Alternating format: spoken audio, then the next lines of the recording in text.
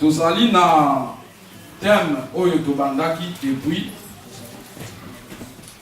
oyo wapi apôtre Paul ayebisaki Timothée soki naumeli na voyage nazali kokende yeba ndenge nini ya kose comporter na ndako na Nzambe oyo ezali famille ya Nzambe. Et tomekaki komona to comprendre que na ndako na Nzambe eza na façon ya kose comporter. Et tokoki kose comporter na ndako na Nzambe te ndenge to se comportaka na balabala ou bien ndenge to se comportaka na ba famille na biso. Donc eza na lolenge moko ya ko vivre na kati ya ndako na Nzambe. Et apôtre Paul alobi ndako na Nzambe ezali colonne pe appui de la vérité. Donc vérité esimbami na nzela ya colonne pe na appui. Tomekaki kofongola colonne ezali ba pilier. Ezali ba pilier o esimbaka ndako et appui ezali fondation. La vérité toyebi ezali yemoko Jésus-Christ. Netolobaki na église ya Nzambe, le thème na biso principal ezali l'église de Dieu vivant ou de Jésus-Christ. Donc église o ezali ya Jésus-Christ esengeli esimbama na ba pilier na fondation. Et toyaki ko meka ko fongola pona tina ya ba pilier. Nde tomonaki na livre ya Actes des Apôtres chapitre 2 verset 42 soki papa Abraham a kosala la leçon de lecture. Actes des Apôtres chapitre 2 verset 42. Nous lisons dans les Actes des Apôtres chapitre 2 verset 42. Nous lisons le Seigneur. Amen. Ils persévéraient dans l'enseignement des apôtres, dans la communion fraternelle, dans la fraction du pain et dans les prières. Amen. Amen. Donc, soki tolingi tolobela pona tina ba pilier o esengeli esimba église ya Jésus-Christ esengeli to persévérer na l'enseignement, to persévérer na communion fraternelle, to persévérer na fraction du pain et to ba na persévérer na prière. Alors, eza eloko yo a des fois place de totanga kamingi mais esengeli toyeba kofongola yango po bana na Nzambe to comprendre. Dimanche passé, Docteur Abraham amekaki kofongola biso bazalaki ko persévérer na enseignement nini ya bapôtre. Bapôtre bazalaki kote ya nini. Ne tomonaki que durant ya ministère na bango bapôtre bazalaki ko présenter Jésus-Christ. Le message na bango ezalaki ko tourner autour ya Jésus-Christ. Que Yesu Kristo oyo babaka na ikulusu asekwa. Yesu Kristo azana droite ya tata. Yesu Kristo atinda molimo santu. Yesu Kristo azali kosala kino lelo. Le message na bango ezaki ko tourner autour ya Jésus-Christ. Donc elingi koloba bien aimé soki na église na biso tolingi ezala église ya Jésus-Christ. Et sika Yesu azali ko se manifester et sengeli to persévérer na enseignement ya bapôtre. Autrement dit, mutu esengeli to élevé. Mutu esengeli to te ya kati sika oyo ezali Jésus-Christ. Pas autre chose. De tokoki koya kotombola mutute, tokoki koya kote ya mutute, mais sengeli to te ya nde Jésus-Christ, to présenter Jésus-Christ. Amen. Amen, amen. Autrement dit, dans le langage, mususu tokoki koloba, Jésus-Christ azali produit na biso o esengeli biso to teka. Et pas na bato. Toyebisa bato que Jésus-Christ azalaka groove. Toyebisa na bato que Jésus-Christ a changé ba vie ya bato. Amen. Yangonde esengeli tote ya kati na esika oyo. Amen, amen. Amen. Et lelo tolingi tolobela pona tina et amour fraternel. Bandeko, il y a église primitive, bazalaki ko persévérer na amour fraternel. Et biso tozali pe modèle, il y a église primitive. Et lingi koloba esengeli toyeba ko persévérer na amour fraternel. Mais amour fraternel est anime. Bien aimé, il y a liboso tant que le bela amour. Et c'est tout ça la attention mingi. Parce que to se tchaka na confusion, to comprenda kamala mute tant que le ba bolingo. Bolingo ezali mo mais na kati ya bolingo wana ezali na ba catégorie ebele ya bolingo. Donc ba facette ou bien ba aspect ya bolingo eza ebele. Alors esengeli tu ba ko déterminer chaque catégorie ya bolingo. Na kopesa bino exemple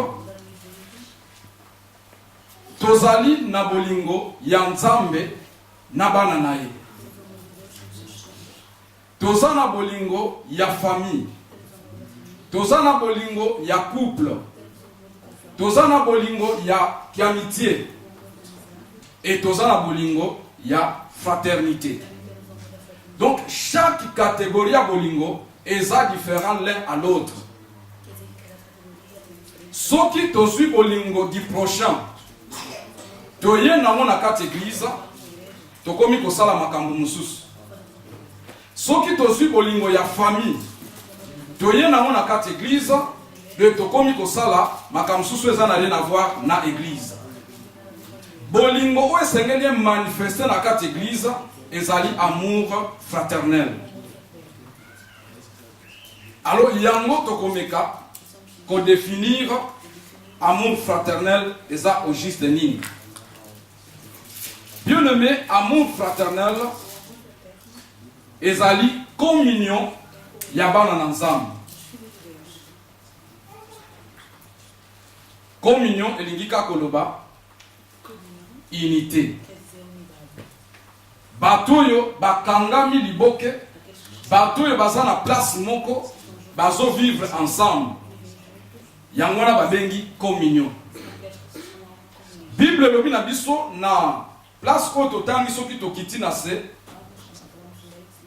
bandeko ya acte des apôtres bazalaki en commun. Donc bazalaki ko vivre ensemble. Donc il est important que va kosa la différence entre kozala ensemble na kozala uni. Ndenge toza boye biso nyos tozali ensemble. Mais unité est autre chose. Et koki kozala ndeko moko aza na biso awate.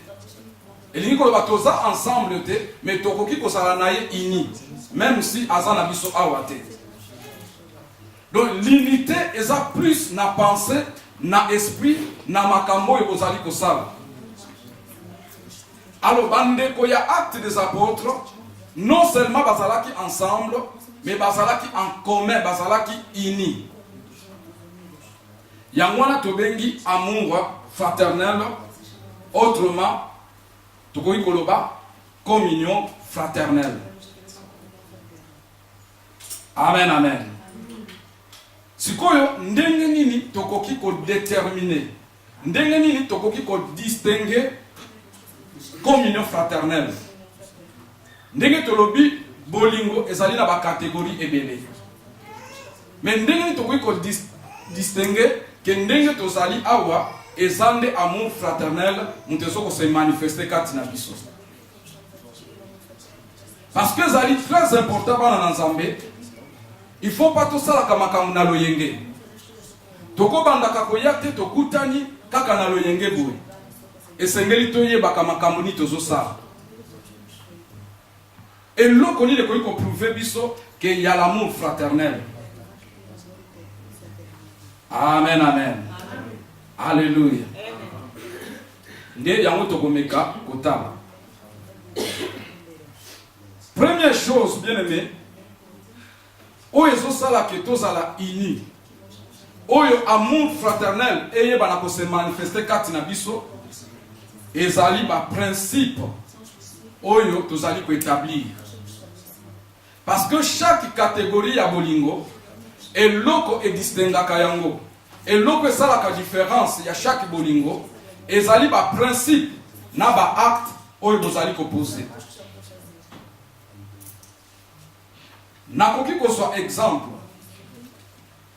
bolingo ya couple, par exemple ba principe ongai na posa pona kwa kobala mwasi nanga eza ba principe tenga na koki poser na kati église. Parce que pour mwasi akoma mwasi nanga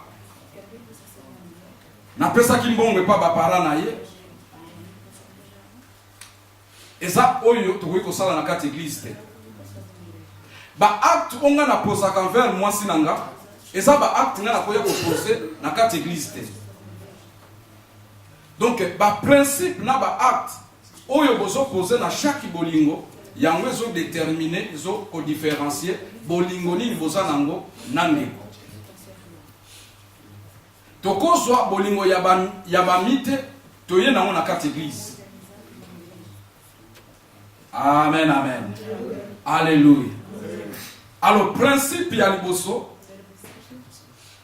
oyo ezo fondé amour fraternel, ezali confession de foi. Ce que ça ba terme, oyo bana na nzambe belé, peut-être oyo kiango kalelo, puis oyo kakango mais nano tuna te lingi kolobani. La confession de foi. Le premier principe oyo koyi kosala ke amour fraternel et se manifester kati na biso ezali la confession de foi. Confession de foi tozomona ezana makambo mibale, ezana confession, ezana foi. Alors tout mécanisme ko définir chaque mot nde na suka toya ko comprendre elingi kolobani. Confession bien-aimé, la définition moko simple et courte, ezali déclaration. Confession ezali déclaration oyo mutazo sala publiquement par rapport ya oyo azali ou bien ya oyo azali ko croire nango ou bien ya oyo azali ko sala. Amen, amen. Amen. Ya mwana soki boyoki mutu ayebisi bino bien pasteur ayebisi oke esengeli o confesser.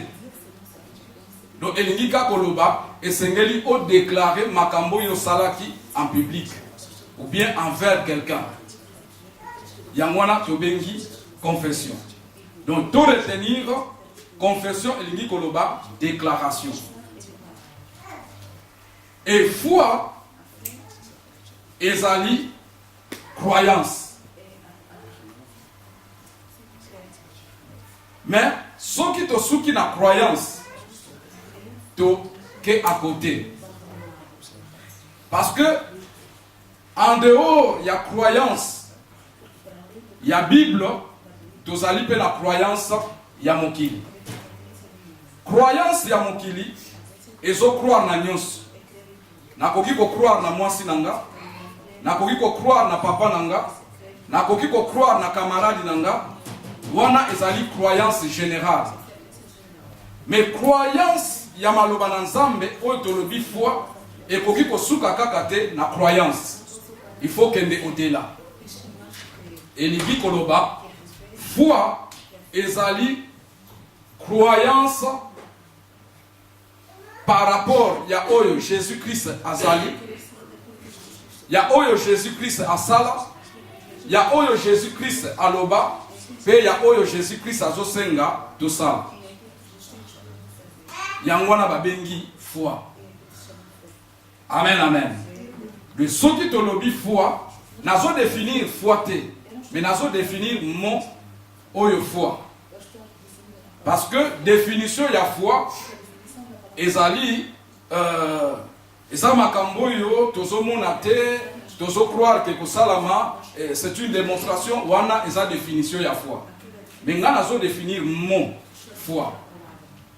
Amen, amen. Le temps où nous foi, ezali ko croire na oyo Yesu azali, na oyo Yesu asala, na oyo Yesu aloba, pe na oyo Yesu azosenga tosala. Yangwana babengi foi. Soki tosangisi nyonso mibale, elingi koloba, confession de foi, ezali déclaration de ce que nous croyons de Jésus-Christ. Amen, amen. Alléluia. Ce qu'on bien aimé, bolandanga malam. Parce que za makamboyo ezo kabola biso na bamangomba. Eza makamboyo ezo tia confusion na bamangomba. Donc to sanganaka na ba sentiment na loyenge parce que noko nanga zalaka wana, non parce que musique ya bien zalaka wana oyekaka omikotisi. Confession de foi elingi koloba soki ngai nazo croire que Yesu Christo azanzam. Soki ngai nazo croire que Yesu Christo akufelanga na ekulusu. Soki ngai nazo croire que Yesu aloba na ngai, par exemple,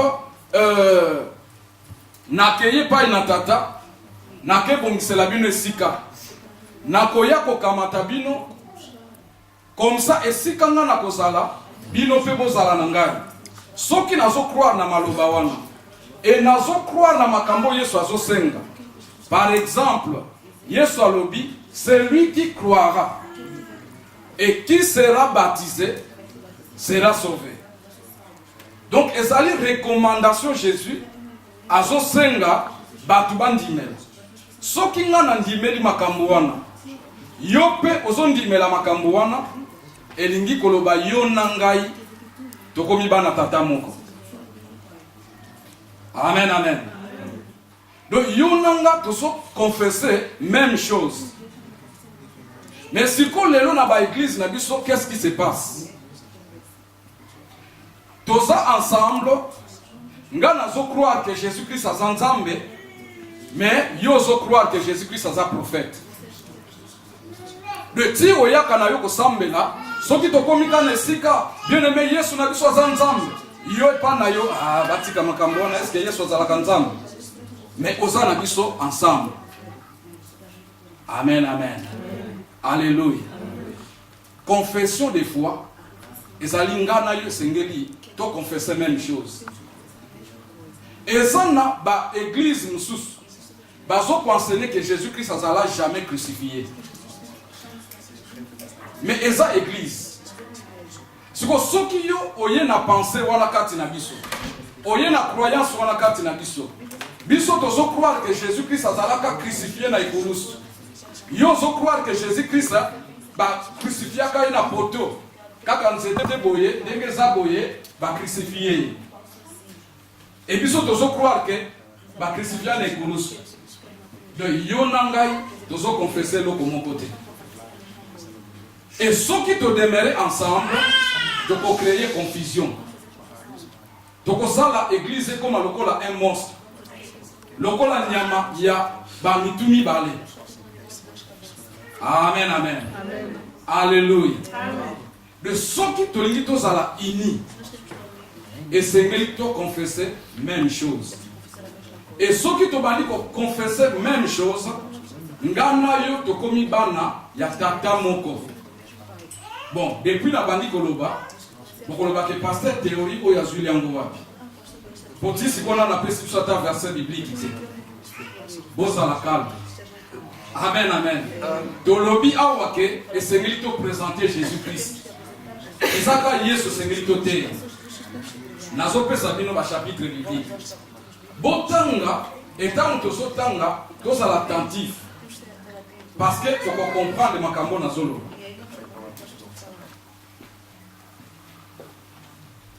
Totangi Galates chapitre 3 verset 26 à 29 et après Totanga Ephésiens chapitre 2 verset 19.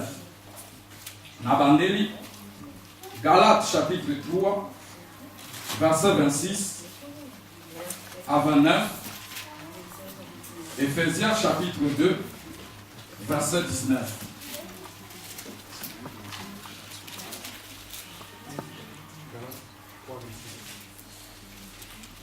Galates chapitre 3, verset 26 à 29. Ephésiens chapitre 2, verset 19. Papa Abraham, attendez l'issue. Galates chapitre 3, verset 26 à 29. Amen. Car vous êtes tous fils de Dieu par la foi en Jésus-Christ. Vous tous qui avez été baptisés en Christ, vous avez revêtu Christ. Il n'y a plus ni juif ni grec. Il n'y a plus ni esclave ni libre. Il n'y a plus ni homme ni femme. Car tous vous êtes un en Jésus-Christ. Et si vous êtes à Christ, vous êtes donc la descendance d'Abraham, héritier selon la promesse. Amen, amen. Donc, dans Ephésiens 2, verset 19. Nous lisons dans Ephésiens 2, 19. Ainsi donc, vous n'êtes plus des étrangers, ni des gens de dehors, mais vous êtes des concitoyens des saints, gens de la maison de Dieu. Amen. Amen. Alléluia. Bien-aimé, Bible est ça clair. Bible le bin a dit ça. Maintenant, par la foi en Jésus-Christ, vous êtes tous fils de Dieu. Donc, au moment que tu dis que Jésus-Christ a ensemble, Jésus-Christ a coupé la biso na ekunus, Jésus-Christ a sengi biso to le kanama ya baptême. Tondimi makambo wana ngana yo tokomi bana ya nzambe bana ya tata moko. Amen, amen.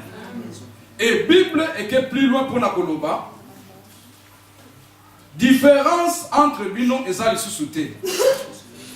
Ba juif, ba non juif, ba libre na ba non libre. Moi sina mobali bino nyonso bokomi mutu moko. Amen, amen. Alléluia. Donc, eloko ekoki ko inir biso. Eloko ekoki ko sala ke to vivre ensemble, to zala na bomoko ezali kaka Jésus-Christ. Amen, amen. Alléluia. Bien-aimé, ndenge tozali awa, tozali ba pays différents.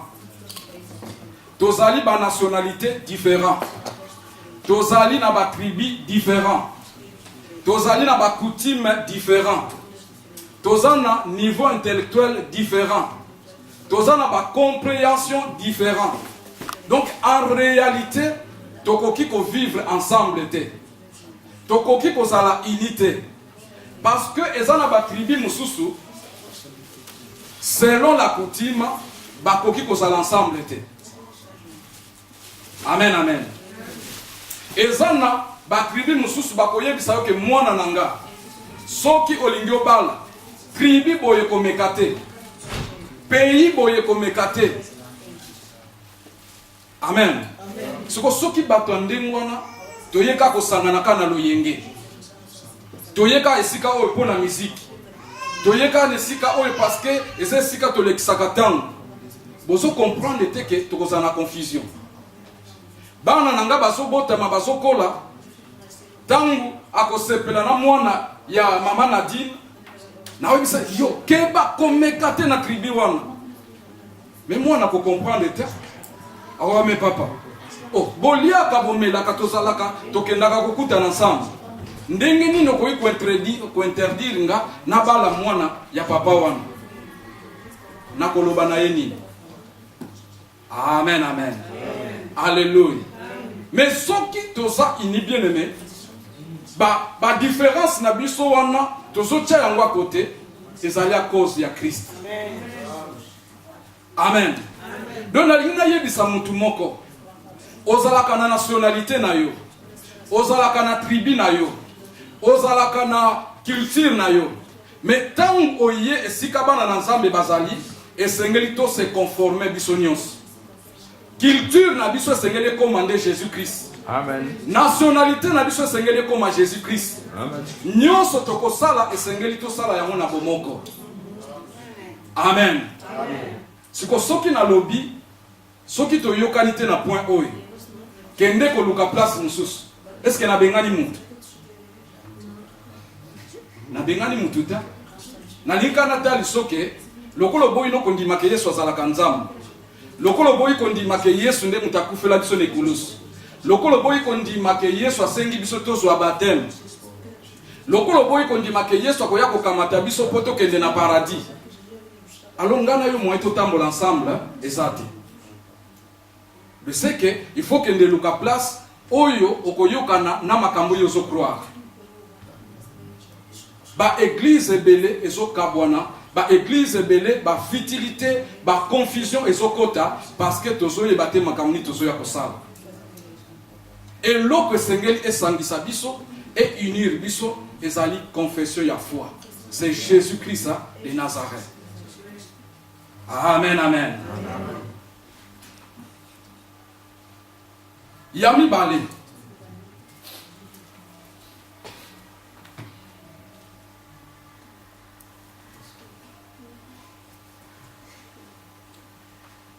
Point Yami Bale. Oyo. Ezo sala ke tozala ini. Ezali la vision de l'église. Vision ya église. Bien-aimé, Bible le dit batomi balé bakoyi kotambola ensemble te. Ceux qui basent la même esprit. Or, pour nga na yo tozala na même esprit, il faut toye ba makamuni tozo ya kosala awa. Biti na biso ezani. Tant na zoloba pour la tina ya vision.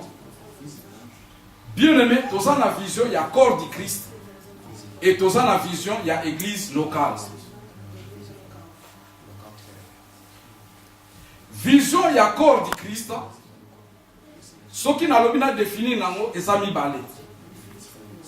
Ya liboso ezali ya ko sauver les âmes perdues. Ya mi balé ezali ya tobongi sama po mukolo Yesu akoya. Biso nyonso tone tolama. Vision ya corps du Christ ya ngwana. Mais Yesu asali ke lokola batu nyonso bandimela lokola mokonzi pe mobikisi. Bakoki kokutana basambe la place moko te.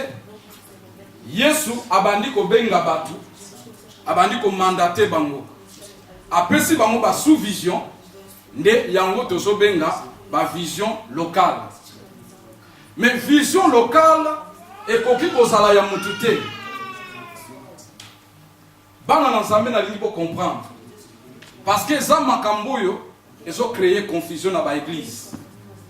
Ndenge naza en que pasteur, naza na ministère. Et na ministère nyoso il y a une vision. Makamuni nzambe aloba na ngana sala en tant que pasteur. Mais na ko soit vision ya ministère na ngai te, na sala yango vision ya église. Amen, amen. Alléluia. Vision ya ministère nanga eza nazo sala makambo nzamba sengi ngai. Mutu nyonso ya kokota na ministère nanga aza obligé asala onga na lingi. Parce que ça ministère nanga. Yango bozomo na l'église ebele lelo échangea. Et comment ba ministère? Paul ministry, André ministry. Pour na nini balingi ba contrôler nyonso. Makambo nyonso yoko sala lokolo koti na ministère nanga eza makambo nga na lingi. Mais église ezaka na vision ya mutu te. Église eza na vision d'ensemble. Oyo moko na moko esengeli a se retrouver. Église eza lokola un gouvernement. Et loko esala ka gouvernement ezali ensemble ya ba ministère. Amen, amen. Le temps où tu lobby, gouvernement ya Congo et lobby elingi koloba na kati ya gouvernement wana baza na ministre ya défense, baza na ministre ya finance, baza na ministre ya agriculture. Donc ensemble ya ba ministre wana nyonso nde yango mutezo ko constituer gouvernement. Voilà Yesu alobi na biso, j'ai donné les uns comme prophètes, apôtres, pasteurs, évangélistes, docteurs, pour l'édification de l'église. Le ministère wana nyonso yango nde zosala église et vivre. Alors soki nga pasteur na komi kotelemela évangéliste, na komi kotelemela docteur, c'est que ça soit église te. C'est que comme eloko mususu. Mais il est aussi important que évangéliste ayeba que nga na un espace na nga ya travail. Docteur ayeba aza pe espace na ya travail. Akoki kokota un espace na nga ite, nga pe na koki kokota un espace na yete. Mais biso nyonso musala tozo sala ezakaka poto atteindre vision principale. Amen, amen. Bien aimé, toluka ko persévérer dans l'enseignement. Bana na nzambe tozo kolate parce que toyaka kaka dimanche, toyoki alléluia amen, moi matin il y a 45 minutes prédication et kolisaka mutute. Prédication et comme saka batu ba fainéant batu à des fois même ba adepte ya pasteur. Mais l'enseignement, il y a un te kolisaka mwana na nzambe.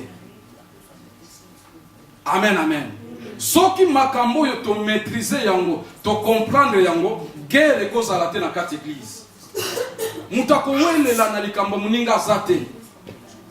Po to yebi vision na biso ezani. Sans que na toucher ba personnalité na bino. Parce que muto alingaka te ba toucher personnalité na. Mais question nanga na lina poser, c'est-à-dire naza nanga na besoin de réponse te. Nani ayebi vision ya église oyo. Oyo à côté le vraiment définir biso que vision ya église na biso ezabwe. Naza nanga na besoin de réponse te. Mais si ko et pas yozali, c'est poser question. Au côté na église oyo, au banda église oyo. Mais ce qu'on y a la vision de l'église, donc on a pour comprendre que makambo nyonso oyo salaka, osaka na raison mususu, osali la kayango. Normalement, ezala moyembi muto ayembaka na chorale, ezala muto asalaka protocole, ezala muto ya moderaka, ezala muto ya teyaka, ezala muto ya kombolaka sala, nyonso yo kosala, il faut sala yango poto atteindre bit oyo Christa apesi biso na kati église. Siko soki yo yebaka vision ya église te, tango yembaka wana, oyembaka na esprit ni. Tango omoderaka na esprit ni. Voilà makambo yo ezokotisa ba conflit na l'église. Nde tokomi kowelana ba place. Po tozoyeba te tozosala nini.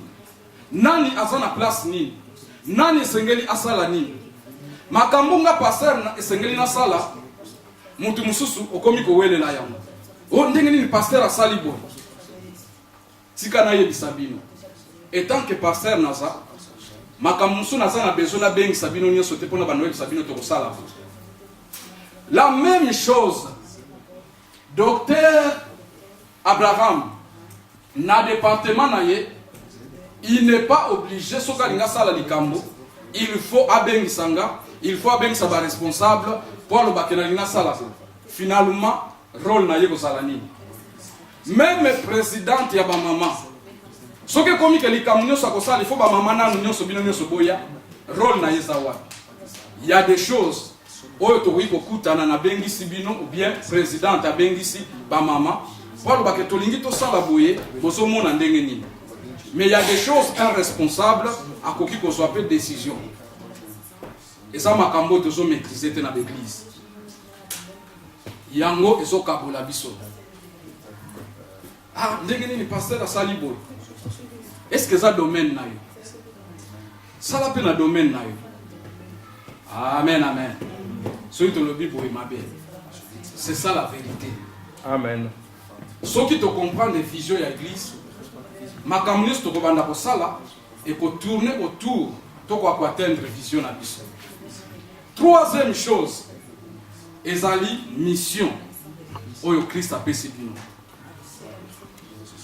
Vision époque kozala te sans mission. C'est que comme il rêve. Même na ba vie na biso personnel, ceux qui osent un projet wani faut ezala na bit et il faut yeba makambo ninga na kosala pour atteindre projet na ngai. Makambo esengeli kosala yango na babengi mission. Amen, amen. Ceux qui osent na vision na kati église esengeli tozala na mission. Nani a eu mission ya église? Mais ce sont des choses où il y a des fois tolobela quand même awa na chair. Tant que yambaka bapaya, à des fois, tu définis sa vision de l'église. Mais yo koute lobé la kayo l'autre côté. Ce qui te poni yo te lobby, ndeko kende ko kuta na mupaya to ye pona mbala liboso, solo la na ye, na ebito ko solo la na ye nini. Vision nini yo ko pesa. Amen, amen. Alléluia. Na lina ibisabana na Nzambe. Esengeli to comprendre makambo oyo. Na église tango oye. Toza na confession moko yo nangai. Mutu asika na mutu akalazali soute. Je suis désolé. Angolais congolais azali soute. Amen. Tokomi mutu moko. Parce que loko esangisi yo nanga eza Christ. Ezate que pour yo banda église, ezate pour nga na ye kaka lelo, il faut différence moko salama, ngana yo toza na égalité. Amen, amen. Amen. Alléluia. Yami balé. Yekola vision na mission ya église. Toza la capable ya ko défendre yango même na libanda. Bien aimé tika na yebisa bino na bolingo na Nzambe. Ba vie na biso ezokende liboso te, même na ba domaine na biso professionnel. Parce que tout ça comme makambo na loyenge mingi. Comment okoki ko s'engager na lisanga ya batu moko boye oyo yebite bit na bango ezalaka nini? Okobanda a des fois na ko combattre yozo kanisa makambo yozo linge salama yangwana mais bango déjà bazana makambo na bango basala. Donc un des deux, soit yo lingo ko adhérer ou soit tango comprendre les visions na bango e balanite na oyayo dès le premier jour on se retirer na.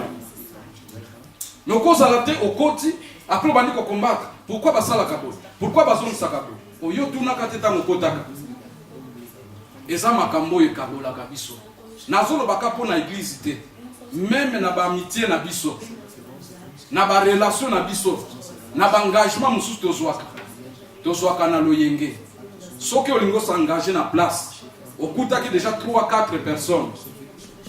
Luka oyeba eloko ne sangisaka bango. Makambo nini ezo sangisa bango? Est-ce que vous êtes d'accord na makambo wana? Soki na lobina kende plus loin. Et tant que bana na Nzambe bozali. Mwana na Nzambe nyonso aza na don oyo Nzambe apesi ye. Aza na mission oyo Nzambe apesi ye. Sikoyo tango lingo s'engager na église moko. Yo ozalaka na likabo ya koyemba. Dès le premier jour tango soko s'engager, tout na bango bayebisaka yo déjà. Est-ce qu'on peut trouver place soko koti na église wana? Parce que au koko tate, au kuti choral et ça ya pasteur, ya bana pasteur. C'est bakanga déjà ma solo nyonso. Le même matin aux ana likabo koyemba ndenge nini. Ozo senga ona lingina kota na choral. Au moment où on a besoin de réseau, ok, déjà. Nombre tout ça, déjà c'est bon. On va l'étouffer. Ata ou bandi ko critiquer les bandes. Oh, l'église vraiment depuis na kota. Balinga kotika ngate na yemba. Il fallait yeba yango dès le départ. Est-ce que ndenge na zoya l'église oyo? Bokotika ngana salela nzambe. Na makambo nzamba bengela ngai. Sont des petites choses oyo to négligeable. Amen, amen. Na quatre églises ensemble, mutu nyonso se à la libre. Il faut trouver espace na ye ya makambo nzamba bengeli. Soki ozo trouver espace na yote, c'est que ça place na yote. Est-ce que na lobi mabe? Amen, amen. Mission nini nzamba pesi biso? Esengeli to yeba yango. Pour mission wana yango ezo permettre biso ngamu finazo yemba na chorale na yeba ke nazo yemba ka pona sengwa ko yemba te. Mais nazo yemba po to sala musalo nkolo abengeli biso na kati église. Et makambo wana nyonso yango ezo pousser biso tozala ini. Amen, amen. Alléluia. Église oyo eza meilleure ya koleka ba église nyonso te. Mais si ko question ezali, il faut se poser la question pourquoi vous allez awa? Est-ce qu'il y a qui peut pasteur à ce qui ça qui yo? Est-ce qu'il y a qui peut ami na yo intime azali awa? Et loko ni zo sala yo se retrouver awa. Pour l'église ya malamu koleka pe oyo eza na on inverse. Mais nga na yebika eloko moko, so que église zo ko exister parce que toza na particularité. Oyo nzambe apesi na l'église mosuté. Yango zo sala biso que église peut exister.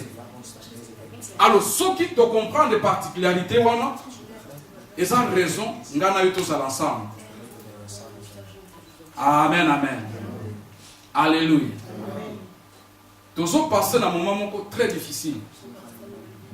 Oyo mutu na mutaza na lecture na yazo sala. Oyo nazana besoin ya ko se justifier pe na batute. Mutu na mutayebi. Lecture ni yazo sala. Et certaines personnes quand na biso ezali na mensonge ezo ko affecter mitema na bino. Soki batuni yo penza, est-ce que yo ça na problème na pasteur? T. Est-ce que vous avez un problème dans notre église? T. C'est quoi l'embellini? O l'embellini. Pour eza église à tata na yo. Eza église yanzambe. Tangu yo zozonga sima, ozotika place. Et pas ya diable. Na lingina ibisabino boy. Problème tozo traverser l'église. Et ça n'a rien à voir avec notre monde. Amen. Et ça n'a pas diable. Amen. Ce que c'est que tu comprends que j'ai un diable. Ngana combattre comme tout est. Ce qui vous ça la lecture positive. Beaucoup remarqué, na moment où tu as un problème entre biso, et ça moment problème ya salle et est-ce que nous sommes un hasard? Et tant que monte, na mituna kiboy, gabi, ce que batu musuba bandi kolongwa en église. Na yebite mu pepe wane ko mema combien de personnes? Ce que tu ko futa salo ndenge ni. Wana raisonnement ya moto. Salo to ko futa ndenge ni. Pona yebite quantité ya batu boni bakolongo. Amen, amen. Tout ça est là pour mon tout. Tout ça est vraiment digne à couper dans ma banane ensemble. Sauf qui réseau ou émémayo a vraiment positif. Sauf qui n'en a eu tout ça la confession mon corps. Et Sengeli doit affronter ma problème. Pour dire que derrière il y a chaque problème, il y a une solution mon corps. Et ça n'a pas là mon corps bomba. Amen, amen. Alléluia. Nazo suka nanga.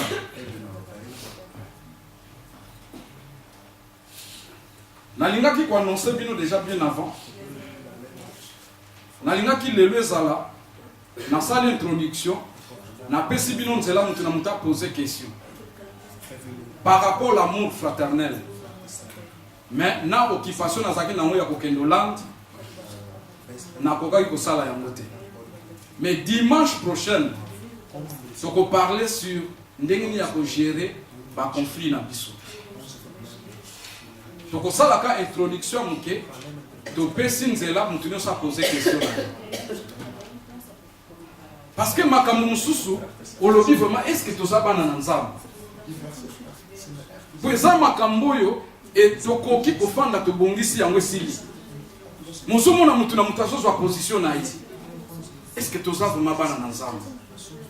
Bon, peut-être que ça tozoye baté procédure nini ya kosala. Pourquoi sengeli to se réconcilier? Koka bwana eza suka ya nyonso. Amen, amen. Alléluia. Pona kosukisa nalina lobela ba acte o esengeli et manifester amour fraternel kati na biso. Na bolingo nyonso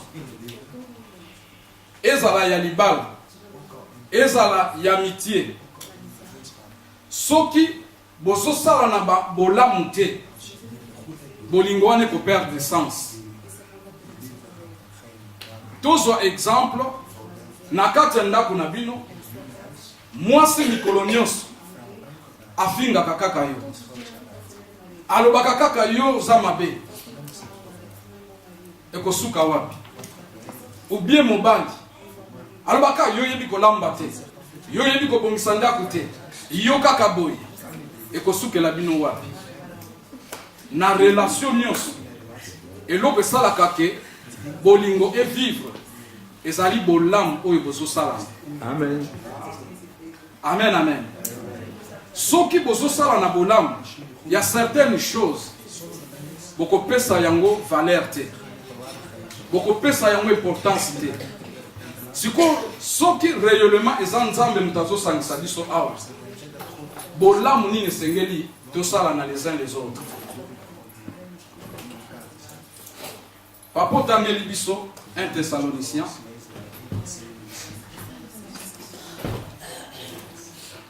chapitre 5 verset 14 à 15.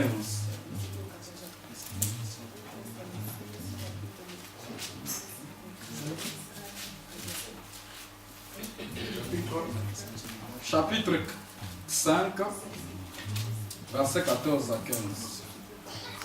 1 Thessaloniciens 5, 14 à 15. Nous vous en prions aussi, frères, avertissez ceux qui vivent dans le désordre, consolez ceux qui sont abattus, supportez les faibles, usez de patience envers tous. Prenez garde que personne ne rende à autrui le mal pour le mal, mais recherchez toujours le bien, soit entre vous, soit envers tous. Amen. Amen, amen. Alléluia. Bible lobi na biso boye. Merci papa. Tosengi na bino bande. Na Bible tango bomoni balobeli ba frère. C'est que bazolobela amour fraternel. Peut-être tomituna ka pourquoi tobenga na ka ba frère et sœur. Ezali parce que tozali bana ya tata moko. Amen, amen. Donc au moment que yon ndimeli Yesu ngana ndimeli Yesu ngana yo tokomi ba frère et sœur. Ce qu'on a Bible tango tangi esika bazolobela bolingo ba mentionner les frères c'est que za bolingo ya communion fraternelle. Parce que amour du prochain peut ezali qui n'a rien à voir na amour fraternel. Ce que Bible lobi na biso boye. Tosengi na bino bandeko. Avertissez ceux qui vivent dans le désordre. Le esika bolingo na nzambe ezali esengeli toyeba ko s'avertir. Soko moni ndeko azotambola na désordre. Soko moni ndeko azosala makambo eza malamu te, kende kosolola na ye, kende ko avertir ye. Amen, amen. Est-ce que tout ça la kayam? N'est-ce pas tout ça la kaka? Au moni ndeko asali mabe, a des fois kutu auquel le papa mona na nzambe te. Ozalaka na muninga na yumoko payan sambe la kate. Kaka tango zobima awa, mutu aliboso so keluka yewa. Ah, oyebi kutu lezo na église. Ah, frère, vraiment sali boye. Oyebi kutu sœur azongisi boye. Est-ce que ça bolingo bana na nzambe? Bolingo bana na nzambe zo senga biso, omoni ndeko asali mabe. Omoni ndeko na désordre. Kende ko avertir ye. Yebise kende ko keba. Eloko zo sala eza malamu te. Amen, amen. Est-ce que tu as la capé prêt? Il y a quoi accepter ma remarque. Dans le décoyer, faites attention à l'ikambo. Est-ce que tu as vraiment na SN? Au comment on a une présence pour y aller bité. Mais dans moi coquin. Il y a zone qui s'anime. Il y a pour n'anya kolo banangabo. Amen. Et ça va titi d'autres autres. Donc, bien aimé, il faut te maîtriser malobananzam. Ce qui te maîtriser malobananzam, il faut te tchaka una misala. Ndeko na yo moni na mabe, kende ko lukaye. Solo la na ye yebise kendeko, likambo sali eza malamu che.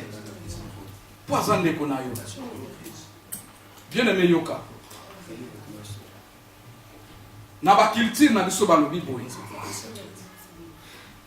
Na Kikongo, soki na bosanité, elikoloba, zoba, na kati ya famille, aza zoba na bino. Bokobwa kayete. Ata papa na yo, azalaka mulangwi masanga. Mukoloko mona, mutalibanda sofinga ye, soulard, okobunda bituma. Kwaza papa na yo. Mais yo moko yebi vraiment que makambo bazolo banaiza ya sola za kasula. Mais lokola mutalibanda mutalobi yango otomboki. Est-ce que nature est enseigner bisote? Pourquoi ozalaka na esengo ya koke critiquer ndeko na yo libanda? Balobi lisubo ina proverbe. Singa ya famille ekata na kate. Mais ebenda na. Amen. Amen. Wana nous c'est ça. Ba proverbe ya ba culture na biso. Mais soki na ba famille oyo soki toyebi nzambe te singa ya famille wane kokatana na mokili yao pona lola tokozala ensemble te. Mais soki na famille balobi ndengo wana e bongo l'église parce que biso relation na biso oyo tokokena ngoti na lola. Donc en vérité singa oyo koyi kokatana te eza singa ya bana na nzambe. Amen, amen. Sikopona nini yozo kata singa. Amen.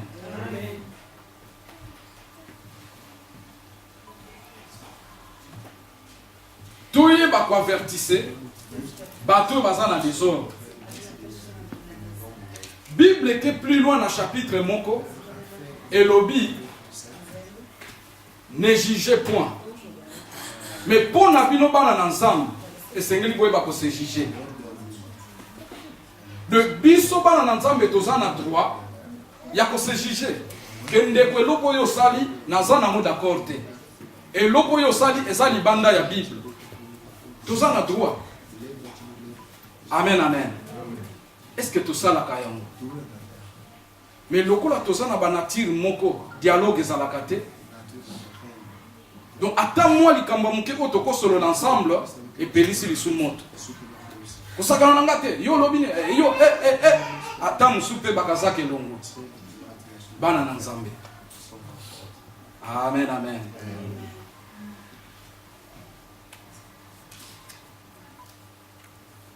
Bible continue le dit consoler ceux qui sont abattus. Oyebi na minute oyo Natani nanga komba mutute.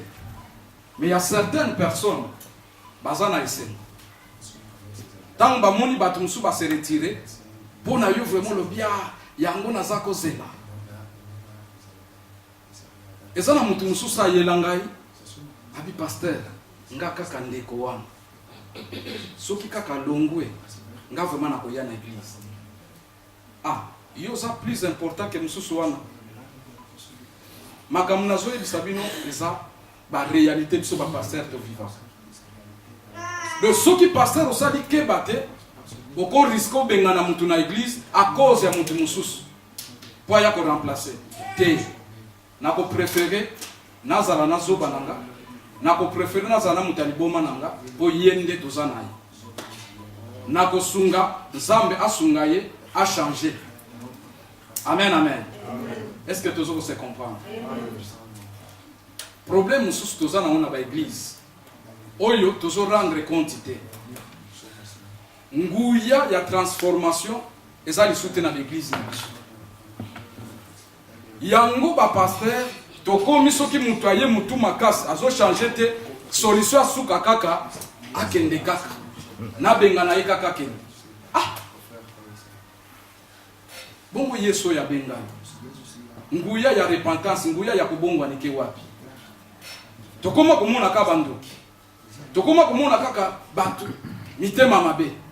Bongo puissance ya transformation za wapi. Église bien-aimée, eza esika batu nyonso esengeli baya. Ozala ndoki, ozala muyibi, ozala kike sa soit yaka. Metango ye, soki église eza na nguya. Boko forcer te mutu wana kubongwa. Amen, amen. Soki tozoya na lolenge toyelaka, nati moyibi na biso, nati ndoki na biso, na ba orgueil na biso totika lika ndengwana, et ça parce que puissance est ensemble na l'église et sili. Sikoyo nanga tutunana, puissance est sili pour nani. Amen, amen. Je trouve ça bien aimé charnel. Et ça bon t'embêter. Tango zoluka mutu moko alongwa kati na bino parce que azaboye parce que azongisi boye donc pour ça na bino mutu wana alimwa po bino bodondwa eza bonzambe te bonzambe zali ndeko oyo azotambola malamu te ndeko oyo azosala malamu te to bondela ta nzambe to luka na melongi na nzambe nzamba transformer. Amen, amen. Amen. Est-ce que tous se consolent les uns les autres? Tant que mon indéco a battu, tant que mon indéco est là comme on peut l'embisser. Parce que vie où tu vivre, la réalité est ébélée. Est-ce que so bengandeko n'attend le téléphone? Est-ce que so lukata ndeko ou encourager ndeko? Sois courage. Amen, amen.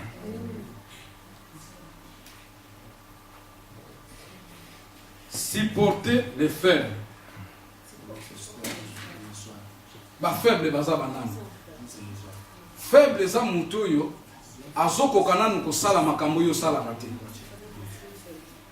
Vie chrétienne eza vie ya beta. Soki nga se na abandona komela masanga. Mais ça na mutu moko pona eza nanu difficile. Ce qu'on a place na banda ko condamner eloko esengeli na sala na supporter na sungaye alongwa na vie wana. Mais biso frère wana kutu tibo mona kende ngwana marga yaka ko sambe amela kama sanga. Amen, amen. Alléluia. Est-ce que tu supportes ta faire? Pourquoi olingika batune soba koma lokola yo? Po yo koma nengo zali, tam so sali déjà 5 ans la vie chrétienne. Et ça na makamoko kutani nango o échanger yo koma ndengo komi. Mais pourquoi olingi mutu ya bongwani lelo akoma ka lokola yo? Amen, amen. Tu es pas pour supporter ba faible.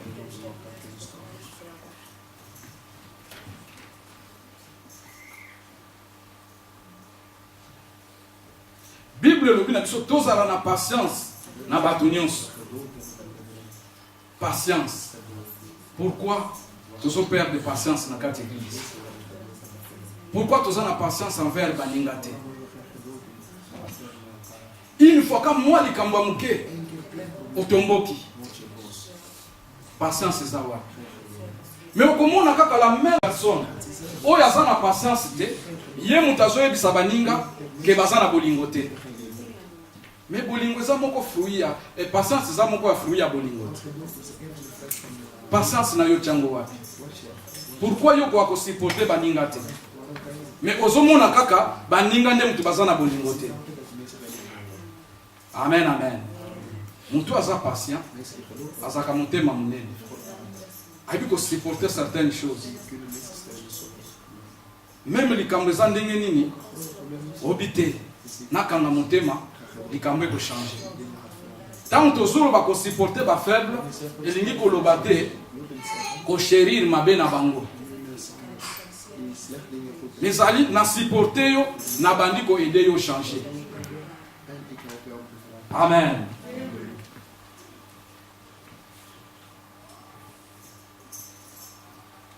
Bible lobi mutu asala muninga azongisela muninga mabete awa eza lokola docteur Abraham alobaka soki mutu afingi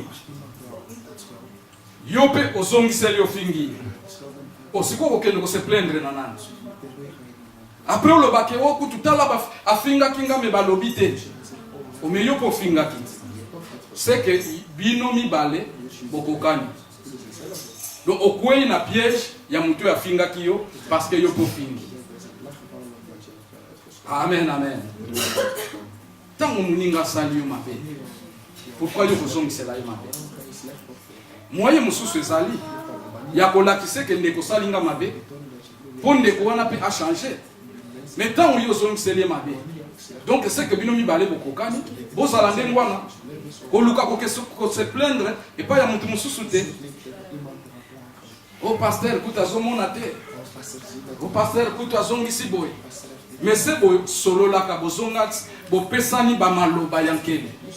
Sikonga pasteur na ya kosala ni. Soko yake pananga, olobi pasteur, talande ko boye afinginga. Ah, wananga na sana likamba kosala. Mais soki bino mibale bo fingana.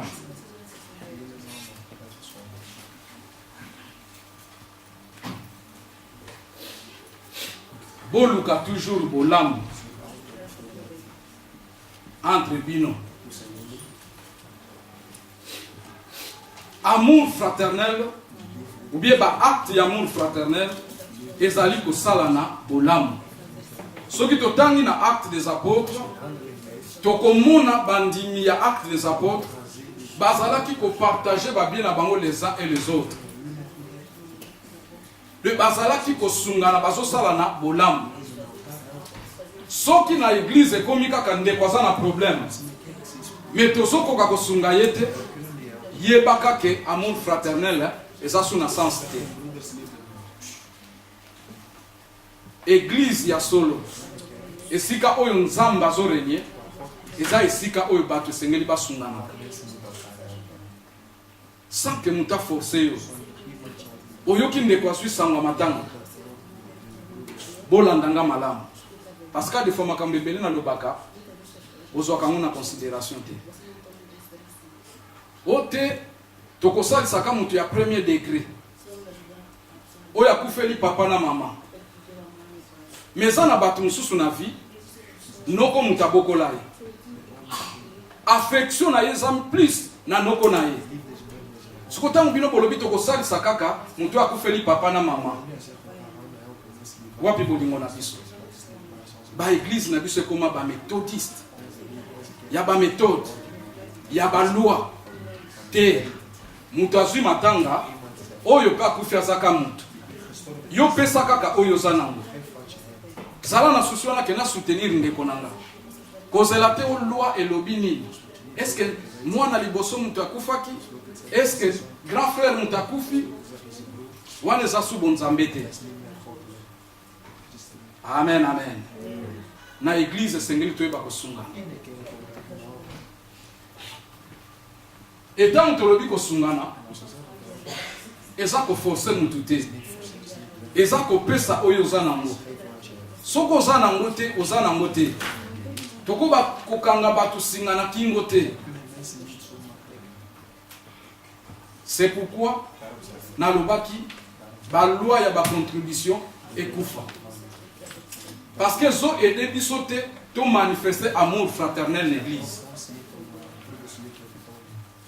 Et si ka amour fraternel ezali, on n'a pas besoin ya ko déterminer ka. Ezali kambu mutu apesa oya zanango parce que ndeko na yo nde mutazwi likambu. Nini oyo ko pesa ye pokwa ko sungaye. Soki yo moni 5 euros et ko sungaye pesa 5 euros. Mais soko moni par rapport à likambu ndeko zanango ezo senga 50 euros, soko zanango pesa 50 euros. Kota la mutu azana gauche te apesi nini. Amen, amen. Alléluia. Galates chapitre 6, verset 10.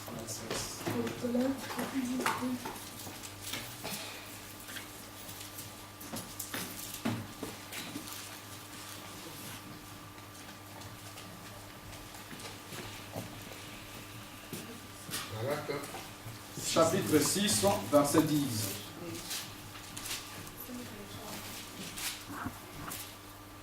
Galates 6, 10, nous disons le Seigneur.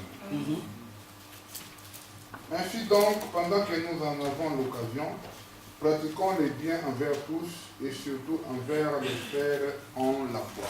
Amen. Amen, amen. Bible lobi na biso. Soki occasion epesameli yo. C'est-à-dire ozana makoki ndeko azana likambo boyeba kosala na bolambo boyeba ko se soutenir. Surtout Bible lobi na biso boyeba kosala bolamu na bato nyonso, surtout na frère na yo.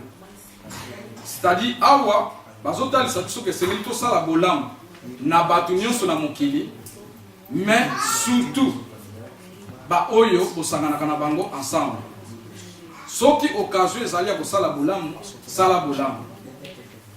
Bien aimé, ndenge toza boye okofanda pe boye okanisa olobi te nasalela papa Charles cadeau. Amen. Osombi pe loko moko mais nalingi ba mama te. Oya ko bota su ba problème. Yo la mama di mama li ne komi yo ndenge nini kaka ser wana sombela yo cadeau. Amen, amen. Eza makambo to ko sala na l'église.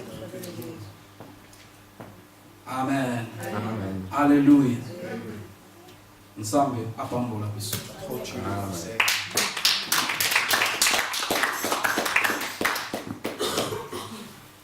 Donc il y a beaucoup de choses autorobi koloba. Mais oyo tolobi ekoki déjà ko aider biso. Le pour amour fraternel et se manifester katina biso. Et sengeli to poser ba fondement.